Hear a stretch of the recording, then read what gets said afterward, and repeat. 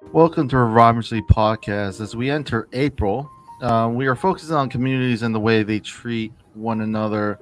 The type of community can play a big role in the potential growth of an individual and its communities. There's a quote, a proverb, African proverb I love using.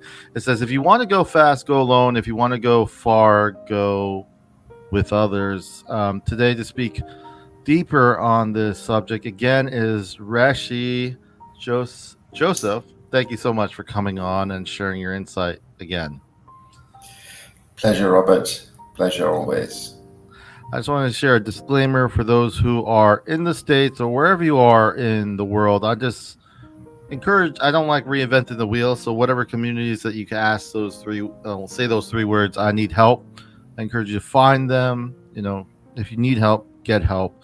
But in the States, we have 90 days of suicide crisis lifeline. If you are in need for professional help, I do encourage you to find help today.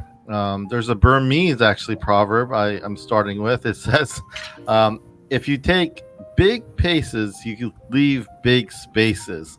So, what comes to mind when you hear this proverb, and in regards to our communities, but also individually?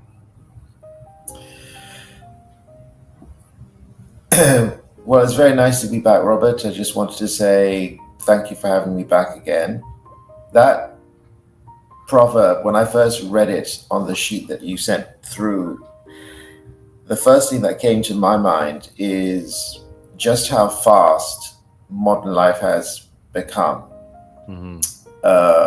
And I mean that specifically in the two places that I live. I live between very fast paced first world country, Singapore, Mm-hmm. and a much slower,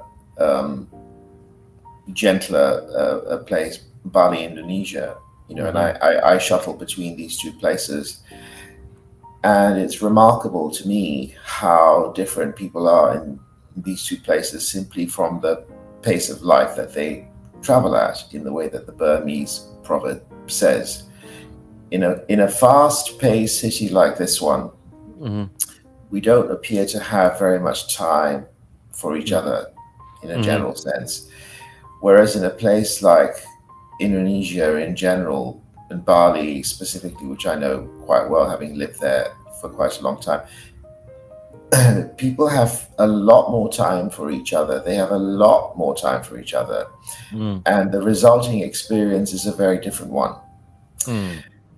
So, one of the things I often hear from the people I work with here is how difficult it is to make meaningful connections. And it's astonishing how much money and time and effort is spent on trying to build that, when really the solution may simply be to slow down. Mm-hmm. So that's what comes to my mind in relation to that particular quote. You mentioning obviously very different scale, but I cover two counties in where I am, and one is very much, I would say, very different needs. When you think about the two counties, one's more rural and one's more, more, I would say, bustling, or just like it's more of a tourist, but at the same time, there's more of a fast pace, and I do feel like the needs are very much different. And I could share the same sentiment on that, and also, um, I find, and I said this before, I don't know, this year or last year, I do my best work when I slow down. I find that very much true. I used to, one thing people don't know when you're when you're doing any kind of healthcare is there's documentation. And I remember one thing I always bothered me was finding the time, as you would say, to do those. But I would literally have to train myself and put a timer so I know how long it actually takes. And it didn't take as long as I would think it would. But that's something didn't come organically; it came intentionally. And we're talking about communities, and I kind of go the same sentiment. Communities are not developed organically; they're but intentionally. I'm kind of taking parts of what was said during the civil rights movement we spoke of. Just we just like to think that that that we will just get along, those songs, but really it has to be done intentionally, at least from what I find. What are your thoughts? Yes, the idea that we just don't have the time. An odd thought came to my mind when you said that. There is theoretically one place that we could be where you would be able to see the past, the whole past, and the whole future at a single moment, right? The Mm, whole of the past since the universe began at the Big Bang, mm, all the way to the heat death of the universe. There's one place where you would theoretically be able to see that, where you would essentially have all the time that there has been and there ever will be.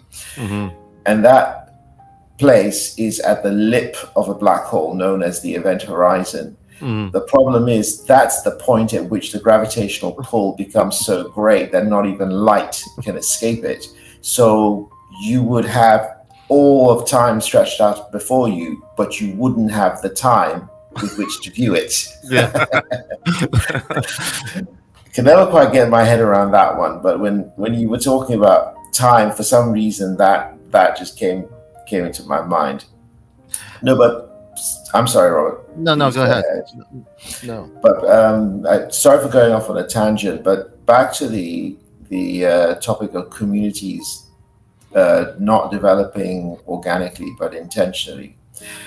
I think we now see this increasingly in the highly atomized societies of the 21st century city, the Tokyos and the New Yorks and the Singapores and the Dallas and Londons of the world, and how atomized people have become, how the traditional community structures have broken down, Mm-hmm. and how there are so many problems that plague inner cities that don't appear in places where communities have remained more intact. Mm-hmm. And certainly, my colleagues in social psychology have done a lot of work to begin to decode this, as, by the way, have the neuroscientists. Mm-hmm.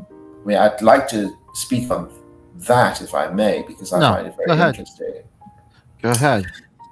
Well, if we consider one of the most important things to any organism, not just us, but any primate, any mammal, any organism living on the planet, Mm-hmm. is the ability to detect danger and to move away from it, and Mm-hmm. the ability to detect safety and to move towards it.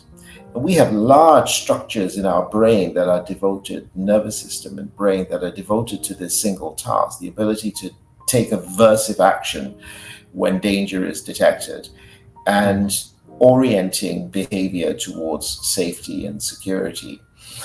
And at a very basic level, this is the reason why communities matter, because a great deal of our orienting reflexes, or a great deal of what orients us towards safety, Mm-hmm. is community.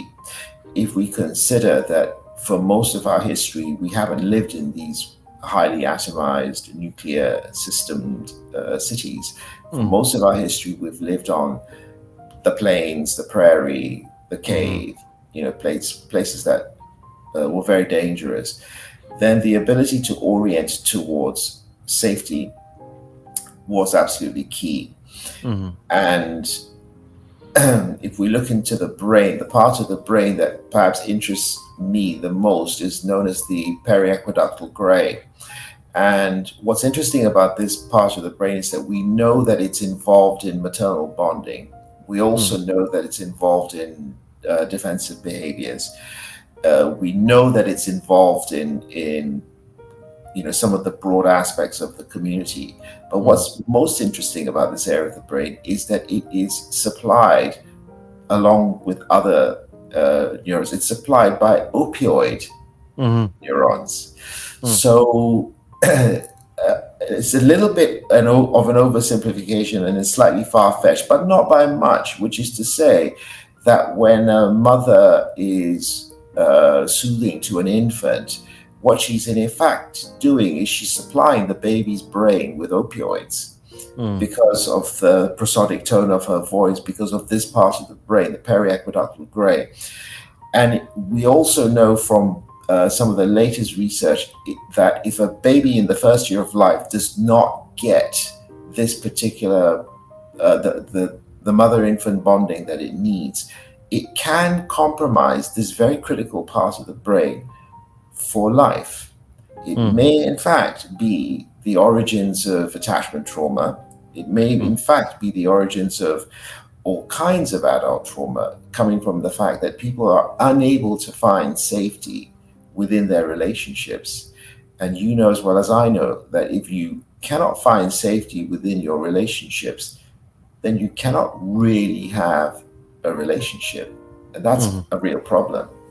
Um, Yeah, and I feel like when it comes to, I guess the core element of community are the relationships that are built in them, and I sometimes even question when I've been a church leader before, and I just remember the structure. One thing that always kind of bothered me, and just to throw it out there, was what denotes, let's say, a successful church, a successful anything, because I feel like certain rural areas is, the capitalist model is grow, grow, grow, but sometimes I feel a church is successful with small or less people.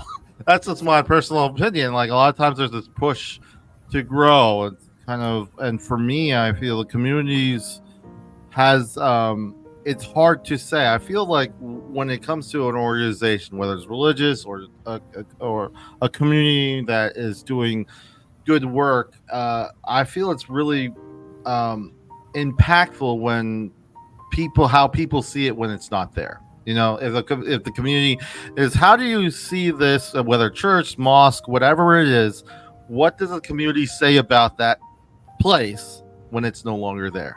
And for me, that's kind of a catch 22, because it's there's a lot of no, no, this is something I've been thinking about recently, but also just the idea of I think Mark Twain was, when I was growing up, reading it for English, and I just remember this quote. He says, in the book, he says, "Kindness is the language which the deaf can hear, but the blind can see." So there's something about in the community having that ability not only just to communicate information, but connect in a certain way that is deeper and more involved. Like you mentioned, obviously, I don't know much about the neuroscience, but the idea, it doesn't surprise me that there's something going on, especially the nurturing part of when the mother's with the first 2 years. Doesn't surprise me at all. There's something about that. If a person's neglected, there's so many factors, protective factors or non-protective factors. A negative things can actually cause a more of a detriment later on in the person's ability to have less barriers or more. So I don't know. What are your thoughts of this quote, and basically anything else that you want to add to the conversation? I'll come back to the quote in a second, but perhaps the person who has done more to contribute to this particular area of research, um, the involvement of opioid neurons in human connection, is the Estonian neuroscientist Jaak Panksepp, a real fan favorite. Um, and a line that he wrote that is so arresting that once you've read it, you can never forget it. He wrote was that in newborn rhesus macaques, morphine simulates the presence of a mother. So I'd like to repeat that if I may. In newborn monkeys, rhesus macaques, in newborn monkeys, morphine simulates the presence of a mother. And what he meant by that was, in his research, he discovered that if you flooded this particular part of the brain, if you flooded the brains of newborn rhesus macaques with opioids, they were identical to other newborn rhesus macaques in every single way except save one. And that was, they didn't cry for their mothers because they didn't need them, because the part of the brain that was responsible for mother-infant bonding, those neurons were getting their supply of opioids from an external source. So what need did they have for mom?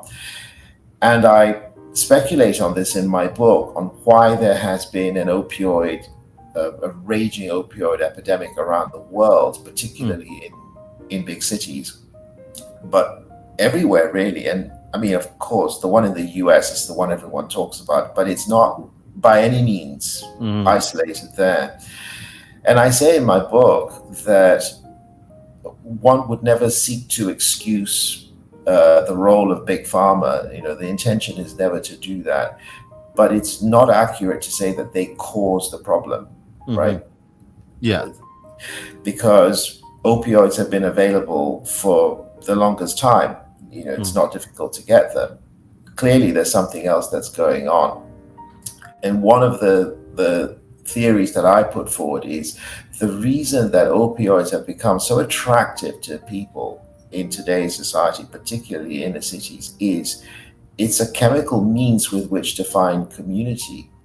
Just Mm. like the newborn rhesus macaques, if somebody feeds me opioids, I don't need my mother, I don't need my community, because the Mm. brain, the cells, the neurons in my brain that respond to community respond to external opioids. They're the same. So Mm. it's almost like saying that I'm getting my community in the form of a pill.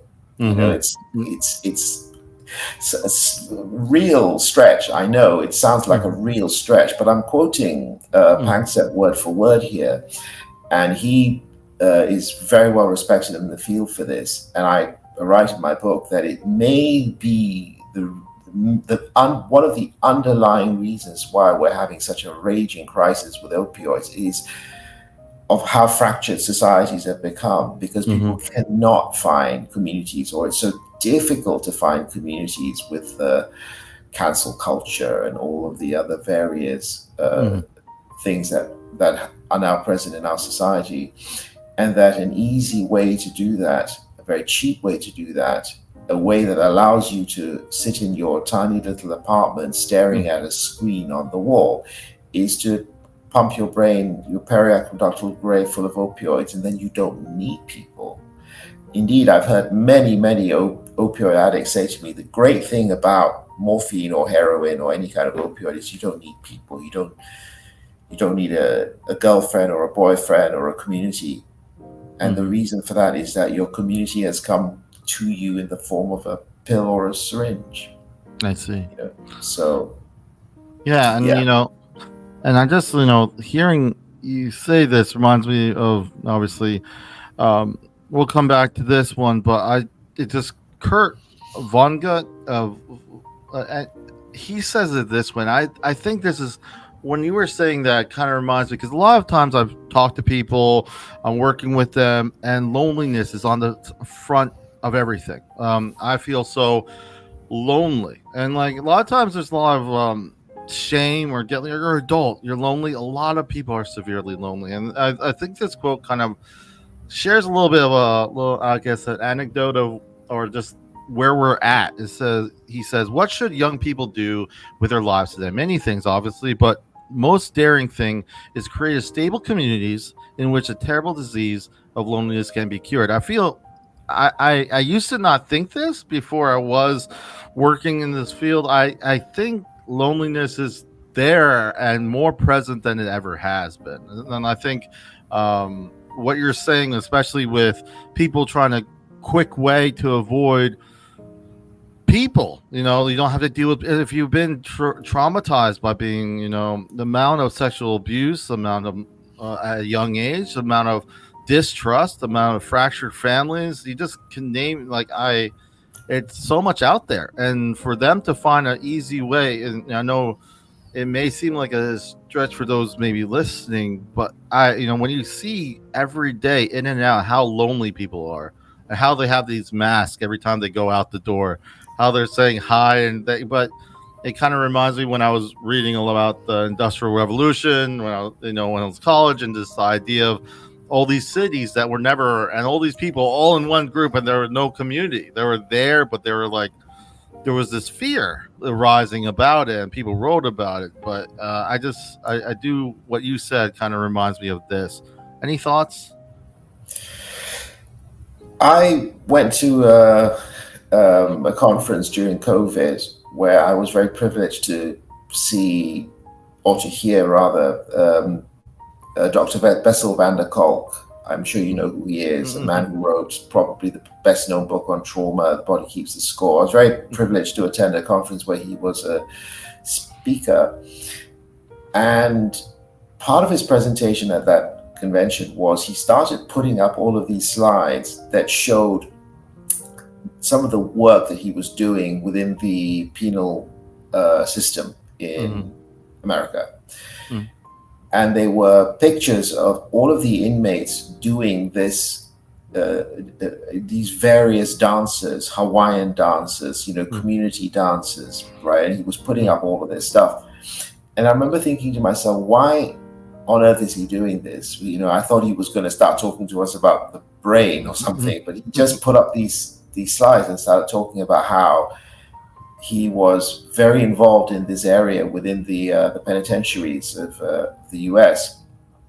It didn't hit me until much, much later on that this is one area of our society where, by definition, you do not have community, where people are quite literally atomized, where they are put in cells, where they're completely separated and they're not allowed to form into communities because those communities are known as gangs, and we don't want those.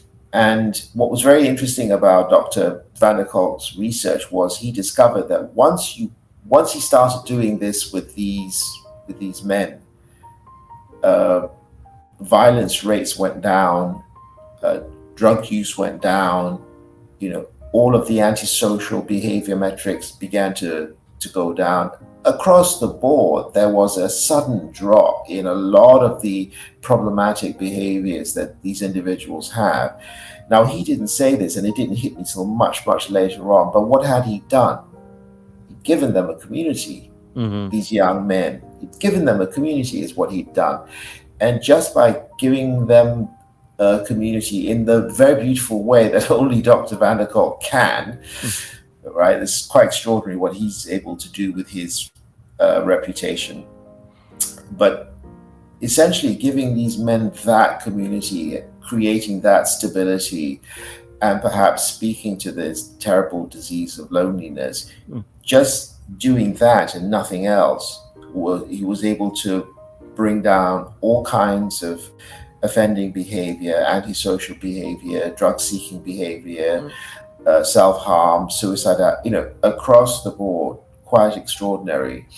So when I see this quote, it's that presentation, which I must admit I didn't get at the time. I remember sitting there feeling very irritated because I was waiting for some very slick-sounding brain science, which I didn't get, but I got it later, or at least I think I did. So that's what comes to my mind. Yeah, and I think about also this it's kind of anonymous code says being human is given, but keeping our humanity is a choice. I think about, like, a lot of times I'm complicated case, and I'm working with someone, and I have no resources. I have nothing. I'm just hearing this person's story, and I'm like, it's, especially in the beginning, I was like, I'm not very good at this. I'm thinking of myself. I'm like, I don't know. Maybe I should contact. At the end of it, and this is persistently, they would say, "Thank you so much. Thank you for all you did. Like, thank you so much." And I'm like, "Thank you for what?" in my mind. But what I realized is just looking at the setting, looking at the environment. I see the family, obviously, over there. They're waiting for, and then what I notice is the family. There's a lot of fear. They're trying the best they can. But one thing this person didn't feel was hurt at all. That was the first person for a long time to actually listen to them without saying, "No, that's wrong. That's wrong. That's wrong." And I feel what I've noticed is in some way, made them feel human again. Like they felt like they could speak. And I think that has really opened my eyes to this idea of how to, at least how I approach, especially, I don't know. There's so much hurt out there, but I know I could listen. I know I could be there. Presence is something that a lot of times we forget. is this thing, and I think it's a skill that sometimes gets overlooked. I could be with someone, a few people, and everyone feels disconnected. I could be with one person with 1,000 people around, and I can make them feel like they're only person in that room. Is that whole idea of presence? What comes to mind? Like, what do you think on this? Anything you want to add? I just wanted to share that little, I guess, side note of piggybacking on the loneliness part. Well, it's so true what you say. In the work that you and I do, what we hear very, very often is, we hear people say things like, I don't feel like I'm being heard. I don't Mm, feel like I'm being listened to. I don't feel like anyone cares. That perhaps what they're really saying underneath all of that is they're saying, I'm lonely. mm-hmm, You know, I don't feel that's essentially what that means when people say, I don't feel like anybody understands me.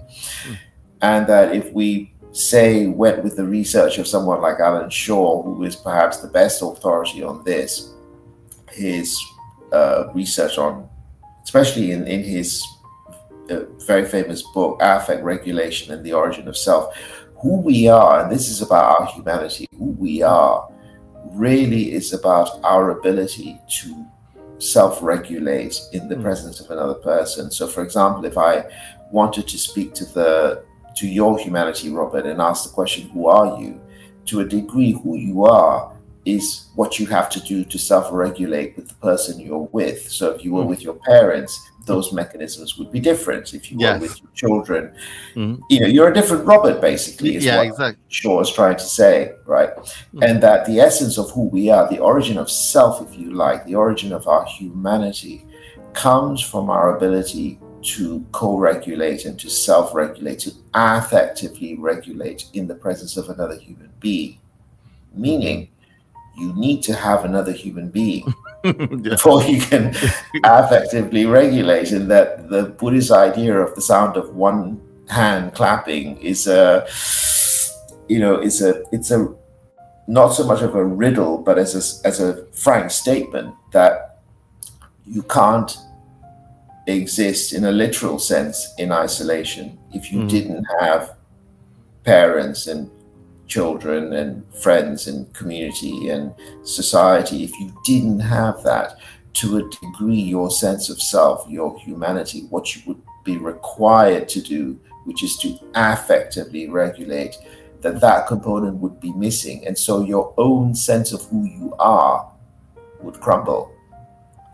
I'm thinking of all those times when maybe I have, someone has flu or they feel sick or something. They're out of work. Maybe they have to be out for a week. There's something about, I, at least for me, I know I'm an introvert. I could tell I'm an introvert. I could pretend I'm an extrovert. I could play my role when I'm out. I'm not shy, but what I notice is I gain more energy when I'm by myself or with more solitude. But I don't see it as a bad thing. But one thing I notice is when I make it a habit to say, "Oh, this person really, I'm upset with that person," I stop contacting them, whatever the reason is. And there's something that kind of eats at me because the fact of the matter is we get used to being without. So unfortunately, if I go down this track and my wife's an introvert too, we could get stuck in this little hermit hole for a while, and then we forget. We may have some wrong, well, not wrong, but because inaccurate interpretations of what's really out there. So my emotions could be angry. Oh, this person, they didn't contact me, or whatever the case. And this gives an illustration. I never, like, for me, experiencing my own story, working in this field, I never feel as emotions as a bad thing. I just feel like I just know what they are and what they're for. For me, therefore, an indication that something within myself is not quite right. Doesn't mean that it's accurate. Usually, it isn't accurate at all. But it's definitely still needs to be addressed because if it's not addressed, I'm still going to feel this way. If I just kind of push it aside, I'm kind of pushing my own self. So I've this is something obviously I learned through time, and it's a habit I try to remind myself to be kind to myself if I'm angry, it's not bad. I'll then figure out why I'm angry. Why am I this angry? And then maybe peel and reflect, self-reflect. I use mindfulness sometimes to give myself a little space from the incident, kind of give myself a little bit of a way to, see it from a different angle. And then, this intentional approach, at least from my experience, has been very helpful to can then co-regulate and also continue practicing how to be around people and how to, you know, I don't know, do my role. I want to ask you in the same sentiment, what habits have you seen or have you implemented that helped you, I guess, maintain your communities, maintain your, I don't know, a sense of self, as we were kind of saying, as you continue to connect with people? How do you find it helpful habits that helped you, per se? Well, before I get onto that, I mean, that was just an astonishing insight that you gave. That never thought of it in that way. That emotions, particularly the very intense ones, are community reinforcing substructures. Mm-hmm. That's an astonishing insight, Robert. It is. I mean, why do we have these very, very intense emotions that get more intense the longer we do nothing about them? Yeah, yeah, Which, like you, it's my preference. yeah, Don't do anything about it. Bury it. Pretend it's not there. yeah. Stuff it in the back garden somewhere. And how that almost guaranteed to make those emotions get more intense, not less. They get Mm-hmm. worse. If I'm angry, say, about something and I bury it, it's almost guaranteed to make me more angry. Mm-hmm. Now, what the hell is that? Why on earth is that? According to your thesis, it's to drive me towards the object of my anger, to obtain some kind of resolution, which then reinforces the community structure or the relational structure. Mm-hmm. Never thought of emotions in that way, but thank you for that, Robert. That's very interesting. Habits that I've seen or implemented that have helped me to find and maintain community. This perhaps circles all the way back to the beginning, which is to slow down, Mm-hmm. to view as extraneous and unnecessary the things that are deliberately placed there to speed things up, to have a healthy degree of skepticism towards things that appear to make life easier or go more quickly, that they may not, that, as John Lennon famously sang, that life is what you miss when you're busy doing other things, right? Yeah. And that sometimes, whether it's an electronic device or a shiny new app on the phone or some new piece of technology that allows us to do even more things without ever needing to see another human being, to be a little suspicious of that and to say to oneself that maybe it's not such a bad thing if I'm forced to speak to a person Yeah. at the store, maybe it's not such a bad thing. Yeah, and I feel sometimes we, especially, I would say the convenience culture in some ways we are, you know, I work in this field. Sometimes you have people with good intentions, but it's still work. It's still work. You're still working. You're still, and in that regards, I think we forget that these things are going to be hard. So, kind of paraphrase what I'm trying to really say is, if I'm like trying to lose weight or like get more fit, and I want to run, I'm gonna have days where I'm gonna be like, ugh, this is gonna suck, and you're gonna have to you're gonna have to go through that, healthy, I say healthy stress. So in that regards, I feel a lot of times when it comes to the mental health side of things or into our own selves, we forget some of these things are may not be so tangible. We try to find the easy way towards, but the best things in life are usually hard. Like the problems are complicated, and just because they are complicated and they are hard shouldn't sway us. I think like slowing down, like you mentioned, and we in the beginning, it's our lives are always unfinished. if we really are we able to kind of back up enough, our lives are unfinished. So if we feel it that way, then the sense of urgency is really on ourselves and how we get there. So it's reframing. You could look at one thing and be like, man, I screwed up. Or you could look at this, oh, man, I learned something. Let's me try it a different way. I feel it comes to, I feel self respect in some ways, self value, but also self respect. And also that kind of going back and forth of knowing that this stuff matters. So if it takes me, I think I said this in another episode, but it takes me 30 or 40 minutes to get myself ready to go somewhere. And I know I have to do it this way because it may be cause me more heartache later. I shouldn't sit there and say, oh, this shouldn't be the case. A lot of people come back from war and they have all these injuries and they have limitations mobily, and they're just, they may have to take longer to get where they want to go.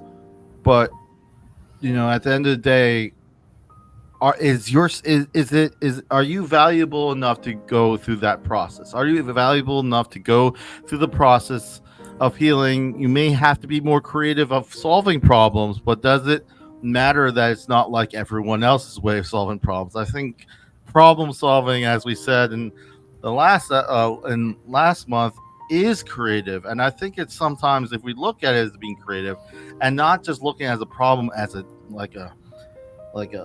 as a barrier, but as an opportunity to learn more about yourself, learn more about your surroundings. And if you're not always looking at completing things, because life is not that way, you're looking at learning more and finding different ways and approaches to tackle some of these things. I think that has been a very good, I guess, component when we're talking about habits and finding a way to maintain, and not only maintain, but move forward in the community in your life.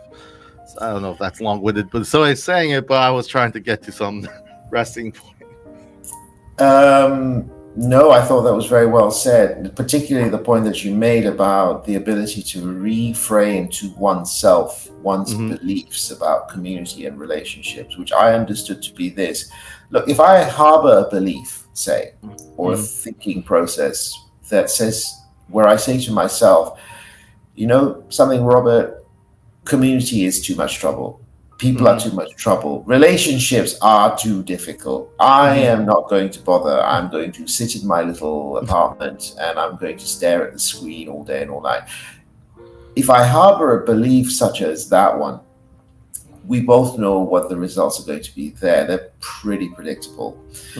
However, if I'm able to, as you say, reframe that, right, I may have very good reasons why communities are unappealing. I'm a war vet. I'm an addict. I'm a whatever. Okay, I have very good reasons. I have injuries. Mobility is a problem. I have very good reasons for saying community. No thanks.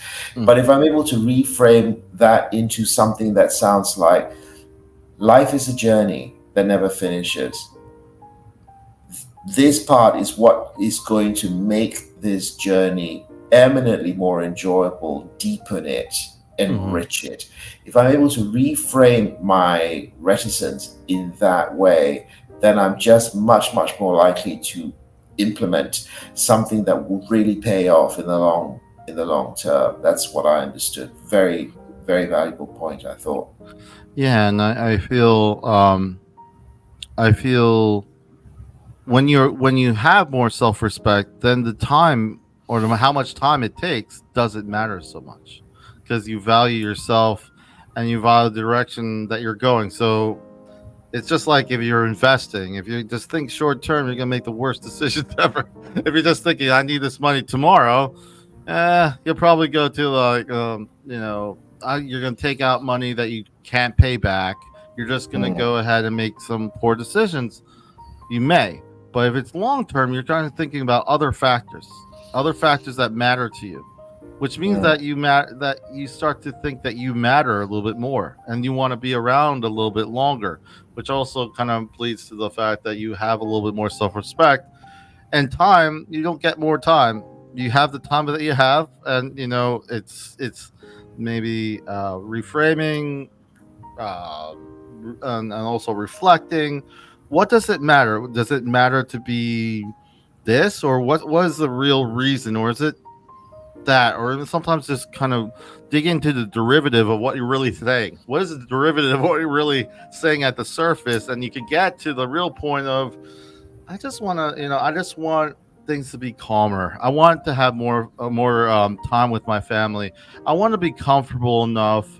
And that's why I think success and how we look at it is very subjective. And then it's kind of, I feel foolish to kind of look at others, because your idea of success and my idea of success and what success looks like, it is subjective to who you are. And I feel the best way to know who you are is to take the time to find that out. Hmm. So, Well, it may be that what we currently think of as self respect and self esteem, the esteem that we have for ourselves, it may be, if we look at it in the context of this discussion, that esteem and that respect that we have for ourselves is not internally generated. It's given to us by the community to whom we belong. yeah. And that, as we would have said if we were having this conversation, say, a few hundred years ago, if songs are sung about us, Hmm. to Yeah. sing one song or to have one song sung, that in fact may be the origins of self-respect and self-esteem and a sense of oneself. That really the only way we get that is if the people we love give it to us, and that without them Hmm. there isn't really a true enough sense of self to have that, perhaps. Yeah. And yeah, I agree. And I feel that when it comes to, as we continue, I want to just kind of segue, because as we leading to the final thoughts, as we wrap things up, what has been the biggest lesson you've learned and or are learning when it comes to the importance of community? I know we've talked about in different angles. If there's anything that you want to add as we get closer to the final thoughts, as we wrap things up, anything you want to share to those who are listening, any other information, the floor is yours, Reshie.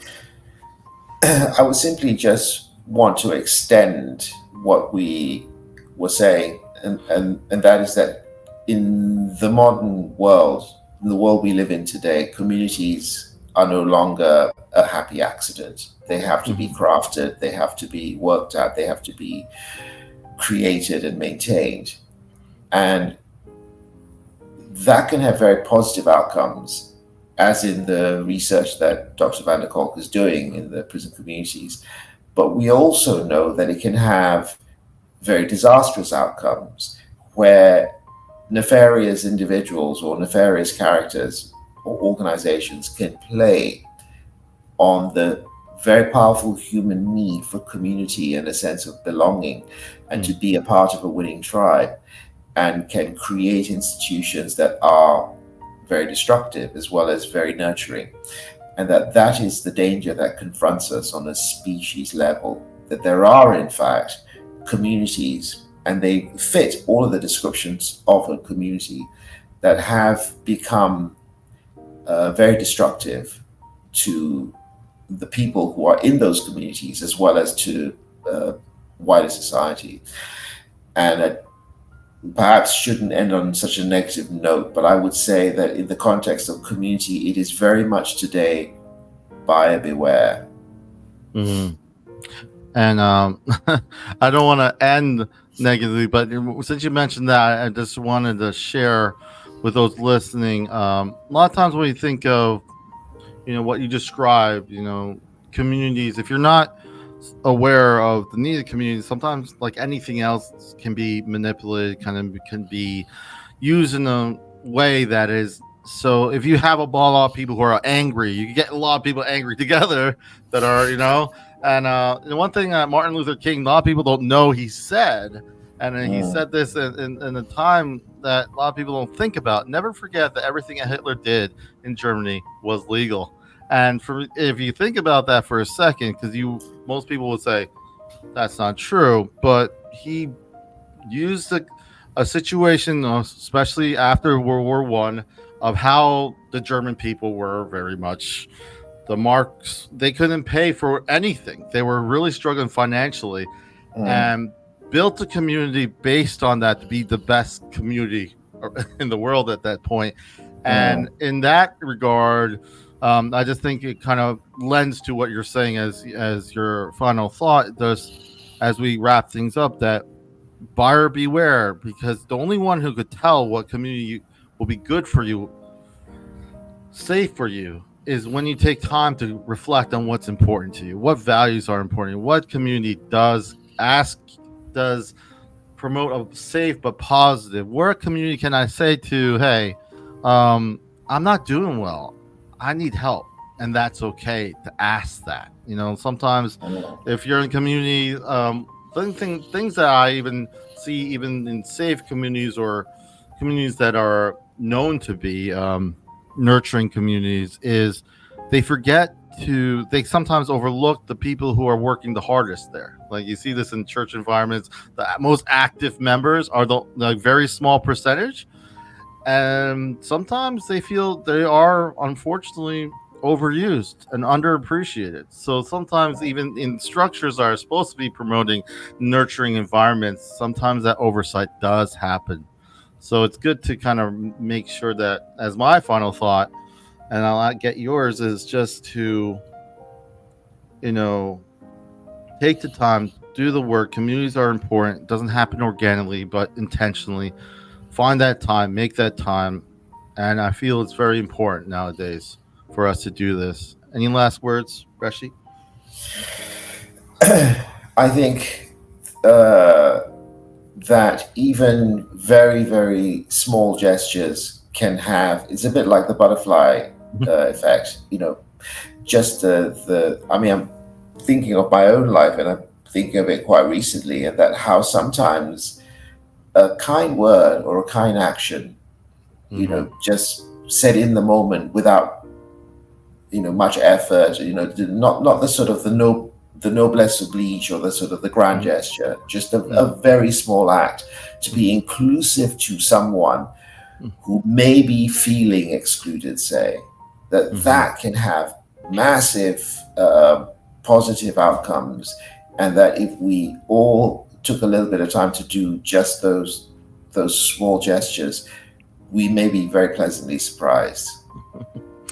I just want to say thank you so much, Reshi, for coming on, sharing your insight with us today.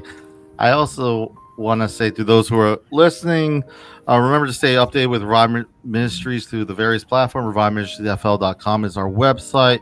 This is goodbye from Revive Ministry Podcast. Again, it's wonderful to have you, Reshi. Thank you for coming on. Pleasure, Leaving you, Robert. leaving you with this last words of wisdom from it's a Czech proverb. It says, "Do not protect yourself by offense, but rather by your friends."